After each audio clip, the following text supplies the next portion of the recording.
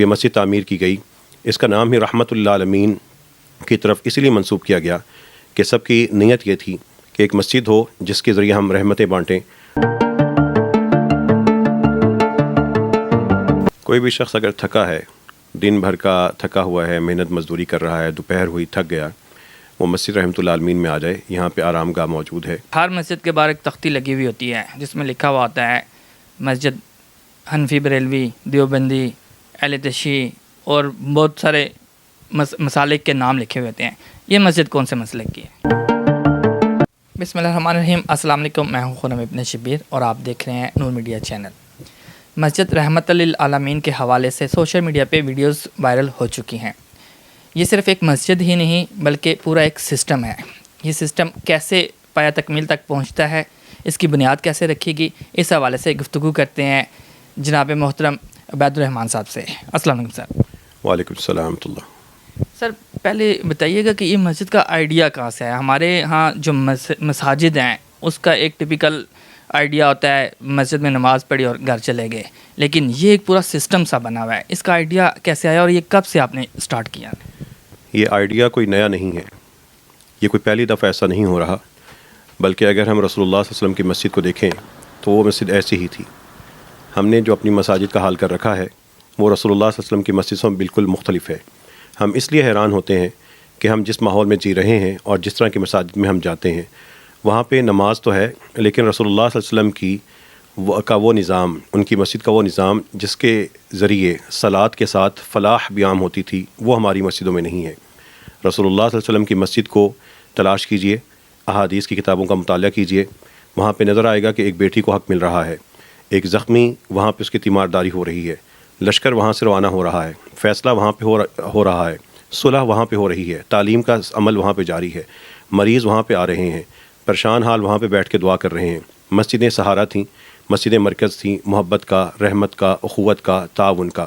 یہ مسجدیں جب یہ مسجد تعمیر کی گئی اس کا نام ہی رحمت للعالمین کی طرف اسی لیے منسوب کیا گیا کہ سب کی نیت یہ تھی کہ ایک مسجد ہو جس کے ذریعے ہم رحمتیں بانٹیں. ہم نے صرف نیت کی تھی، ارادہ کیا تھا. اللہ تعالیٰ نے ہمیں ہماری نیتوں سے کہیں گنا بڑھ کر، عمل سے کئی گنا بڑھ کر ہمیں اس نیکی کا اثر دکھا دیا. یہ مسجد رحمت للعالمین ہے. جی سر، ہم نے سوشل میڈیا پہ جب یہ ویڈیو دیکھی اور اس کے بعد ہماری کوشش یہ ہوئی کہ ہم خود جائیں، جا کے وزٹ کریں. ہم نے ماشاءاللہ وزٹ کیا. ہر وہ چیز جو میڈیا پہ دکھائی گئی ہے بالکل ویسے ہی ہے. تو یہاں دسترخوان کا سلسلہ بھی ہے. یہ سارا سلسلہ کیسے پایہ تکمیل تک پہنچتا ہے؟ مطلب کہ اس کے لیے فنڈنگ کا کیا طریقہ کار ہوتا ہے؟ یہاں پر اللہ تعالیٰ کے خاص بندے خود پہنچتے ہیں، اپنا حصہ ڈالتے ہیں، چلے جاتے ہیں. مسجد رحمت للعالمین کسی سے رابطہ نہیں کرتی. یہاں کا کوئی شخص چندہ نہیں مانگتا. چندہ مانگنے میں عمر گزارنے کی بجائے اللہ کے لیے کام کرتے جائیں، کبھی آپ کا کام نہیں رکے گا. دسترخوان لگتا ہے، میڈیسن ہے، کلینک ہے، فارمیسی ہے، مسجد میرج ہال ہے، قرآن اکیڈمی ہے، آرام گاہ ہے، ہمارا موبائل کلینک ہے، موبائل فارمیسی ہے. اللہ تعالیٰ کی توفیق سے کام ہوئے چلے جا رہا ہے. اللہ تعالیٰ خود اپنے نیک بندوں کے دل اس طرف موڑتا ہے. وہ یہاں پہ بھی ہیں، دور دراز بھی ہیں. فنڈز ٹرانسفر کر دیتے ہیں، بینک میں بھیج دیتے ہیں، سامان پہنچا دیتے ہیں، بستر آ رہے ہیں، کپڑے آ رہے ہیں، شوز آ رہے ہیں، صوفہ آ رہا ہے، قالین، لہنگے، غرارے، ہر چیز یہاں پہ آ رہی ہے. یہ اسلام آباد کے لوگ اور اس مسجد سے محبت کرنے والے کمال کی ایک تاریخ رقم کر رہے ہیں. اچھا، یہ میں نے شادی ہال بھی دیکھا ہے یہاں. تو یہ شادی ہال کن لوگوں کے لیے ہے؟ یعنی کہ جو یہاں کے لوگ ہیں ان کے لیے بھی ہے یا کہ خاص مستحق کے لیے صرف؟ ہمارا خوشحال طبقہ، صاحب حیثیت طبقہ شادی کلچر میں بہت بڑے گناہوں کا ارتکاب کر رہا ہے. ہم ہال میں جب جاتے ہیں شادی کے لیے یا مارکیوں میں جاتے ہیں، وہاں پہ ہم پیسے دے کر، وقت نکال کر، باقاعدہ اہتمام کے ساتھ بڑے بڑے گناہوں کا ارتکاب کرتے ہیں. مسجد میرج ہال ایسے ہی خوشحال لوگوں کے لیے دوزخ کا وہ دروازہ بند کرتا ہے. ان کو وہ سامان مہیا کرتا ہے کہ آئیے عزت سے، احترام سے، جشن کے انداز سے، شریعت کے مطابق پوری آزادی کے ساتھ مسجد رحمت للعالمین کے مسجد میرج ہال میں اپنے بیٹے بیٹیوں کی شادی کر لیجئے. یہ خوشحال لوگوں کے لیے بھی ہے اور مستحق افراد کے لیے بھی جو اپنے بیٹے بیٹیوں کی شادی نہیں کر سکتے، وہ آئیں یہاں پہ شادیاں کریں. سارے معاشرے کا ہر فرد یہاں پہ آئے، اپنے بیٹے بیٹیوں کی بغیر کوئی پیسہ خرچ کیے یہاں پہ شادی کر لے. اچھا، اس میں کچھ کپڑے دیکھے ہم نے، پورے ایک مطلب ہے کہ شاپ سی بنی ہوئی ہے. اس کا کیا سلسلہ کار ہے؟ یہ دلہے دلہن کے لیے بھی دیے جاتے ہیں، ان کو بھی دیے جاتے ہیں، یا اس کا کیا طریقہ کار ہوگا؟ یہ مسجد گارمنٹ سٹور ہے. ہمارے شہر کے مستحق افراد، سفید پوش لوگ، محنت کش، پریشان نہ ہوں اگر ان کے بچوں کے پاس نئے کپڑے نہیں ہیں، عمدہ لباس نہیں ہے، ان کو خرید کے نہیں دے سکتے. مسجد رحمۃ اللہ عالمین ایسے لوگوں کو رجسٹر کر رہی ہے اور ان کو سال میں 2 دفعہ کپڑے فراہم کر رہی ہے. ہمارے مستحق وہ بیٹے بیٹیاں جن کے پاس شادی کے لیے اچھے لباس ہی نہیں ہیں اور وہ اس کے لیے قرض اٹھاتے ہیں، یا ان کی ایک خواہش ہوتی ہے جو جائز خواہش ہے لیکن پورا نہیں کر پاتے، مسجد رحمۃ اللہ عالمین میں ایسے بیٹیوں کے لیے لہنگے اور غرارے ہیں. شادی کے مردوں کے لیے سوٹ ہیں، 3 پیس سوٹ ہیں، شلوار قمیض ہے، ویسٹ کٹ ہے.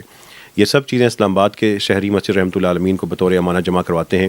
ایک بڑا نظام بن چکا ہے، بغیر پیسے خرچ کیے ہوئے، بغیر بڑی رقم خرچ کیے ہوئے یا مطالبہ کیے ہوئے.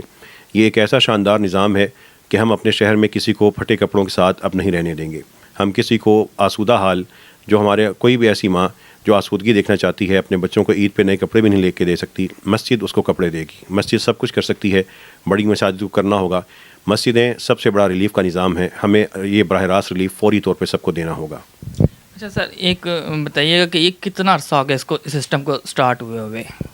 بنیادی طور پر یہ مسجد اس بڑی عمارت میں 5 سال سے قائم ہے، لیکن پچھلے ہمارے جو تقریباً 1 سے 1.25 سال کا عرصہ ہے، یہ مسلسل سیلاب کے لیے ریلیف ورک میں رہا. اور اس سے پہلے بھی کچھ شعبے قائم تھے، لیکن سیلاب کے بعد آہستہ آہستہ جو ہمارا اصل پلان تھا کہ ہم اس مسجد رحمۃ اللہ عالمین کے ذریعے ہر قسم کے دکھ کا ازالہ کریں، ہر قسم کے دکھی انسان کا سہارا بنے. تو یہ پچھلے 1 سال سے الحمدللہ یہ شعبے قائم ہوتے جا رہے ہیں. یہاں پہ 21 شعبے کام کر رہے ہیں اور 9 ہمارے ڈفرینٹ پروجیکٹس ہیں جو وقتی طور پہ آتے ہیں، سیزنل. اور اس کے علاوہ ابھی مزید 4 بڑے پروجیکٹ انشاءاللہ یہاں سے اناؤنس ہونے والے ہیں.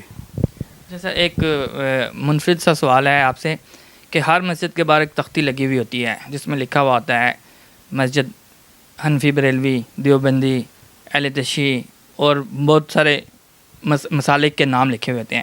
یہ مسجد کون سے مسلک کی ہے؟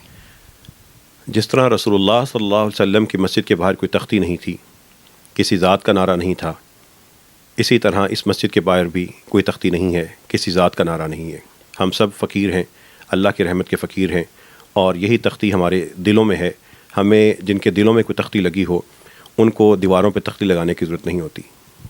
ماشاءاللہ. اچھا سر، ایک اور چیز کہ یہ اسلام آباد کے ایریے میں ہے، کیا یہ صرف اسلام آباد کے لوگوں کے لیے ہی ہے یا اس سے باہر کے جو لوگ ہیں وہ بھی اس سے فائدہ حاصل کر سکتے ہیں؟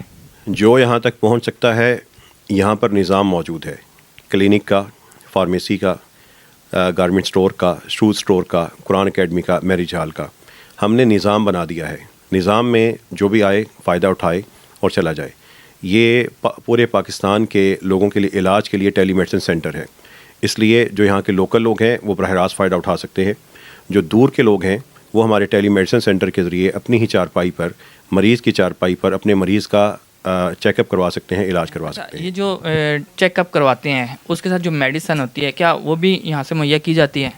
جو بھی شخص یہاں پہ آئے گا اگر وہ بیمار ہے تو ہمارے ڈاکٹر سے چیک اپ کروا لے، اور اگر وہ کسی تکلیف میں مبتلا ہے تو یہیں پہ فارمیسی قائم ہے، ہمارے ڈاکٹرز کو یہیں سے دوا بھی دے دیتے ہیں. اور اگر وہ شخص اس کے پاس کوئی لیب کا مسئلہ ہے، ٹیسٹ اس کو چاہیے لیکن وہ اپنے ٹیسٹ نہیں کروا سکتا، تو مختلف جو لیبس ہیں ان کے ساتھ ہمارا رابطہ ہے. وہ مسجد رحمۃ اللہ عالمین کی طرف سے بھیجے گئے جو لوگ ہیں ان کے لیے یا تو فری یا بہت کم قیمت کے اوپر ٹیسٹ کر کے دے دیتے ہیں.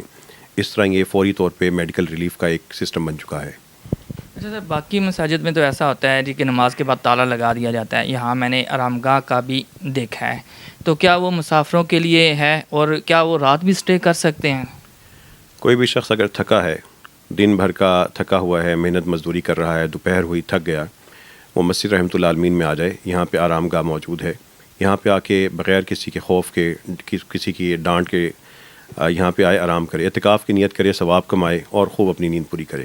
یہ آرام کا آرام گاہ ہے. اور اگر کوئی شخص اگر کچھ اسلام آباد میں اچانک آنا ہے لیکن اس کے لیے ایمرجنسی بنی ہے، وہ کہیں پہنچا ہے لیکن وہاں پہ دروازہ بند ہے، تو وہ یہاں پہ آئے، قانونی لوازمات پوری کرنے کے بعد وہ 1 رات کے لیے یہاں پہ ٹھہر سکتا ہے. اچھا ماشاءاللہ، یہ تو بڑا اچھا سلسلہ ہوا عوام کے لیے بھی. اچھا سر، یہ آخری سوالوں کی طرف چلتے ہیں کہ یہ اسلام آباد سے ہٹ کے بھی کسی جگہ پہ آپ کوئی برانچ بنانے کا ارادہ رکھتے ہیں یا صرف اسلام آباد تک ہی محدود رہیں گے؟ ہماری یہ خواہش ہے کہ اللہ تعالیٰ پاکستان کی بڑی مساجد والوں کو یہ توفیق عطا فرمائے کہ وہ اس سے بہتر نظام اپنی مساجد میں قائم کر دیں.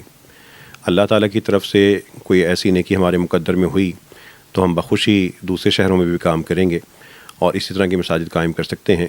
لیکن ہماری خواہش یہ ہے کہ تمام فرقوں کی مسجدیں، تمام تنظیموں کی مسجدیں اپنے ان ننھے دائروں سے نکلیں، ان کو توڑیں اور امت کے لیے مثالی مسجدیں بن جائیں. یہ ایک ایسا عظیم انقلاب ہوگا کہ ہزاروں بیٹیوں کو، ہزاروں باپوں کو، لاکھوں دکھی انسانوں کو براہ راست ریلیف ملے گا. ہر بڑی مسجد کو ایسا کرنا چاہیے. ہماری یہ خواہش ہے کہ بجائے ہم مزید اس طرح کی مساجد خود قائم کریں، جو مساجد قائم ہیں وہ مساجد ہی رحمت للعالمین کی مسجدیں بن جائیں.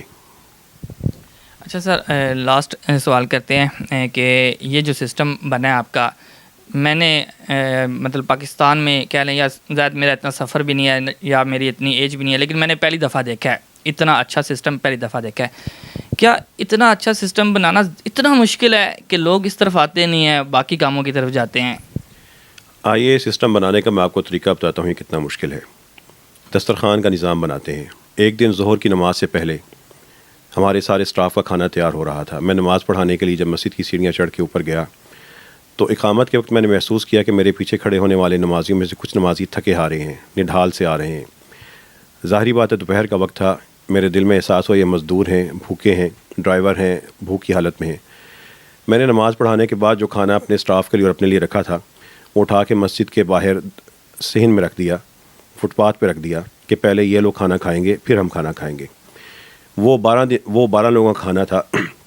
پہلے دن 12 لوگوں نے کھانا کھایا اور ہم نے اعلان کر دیا آج کے بعد کھانا ہم آپ کو دیں گے، نماز سے پہلے یا نماز کے بعد.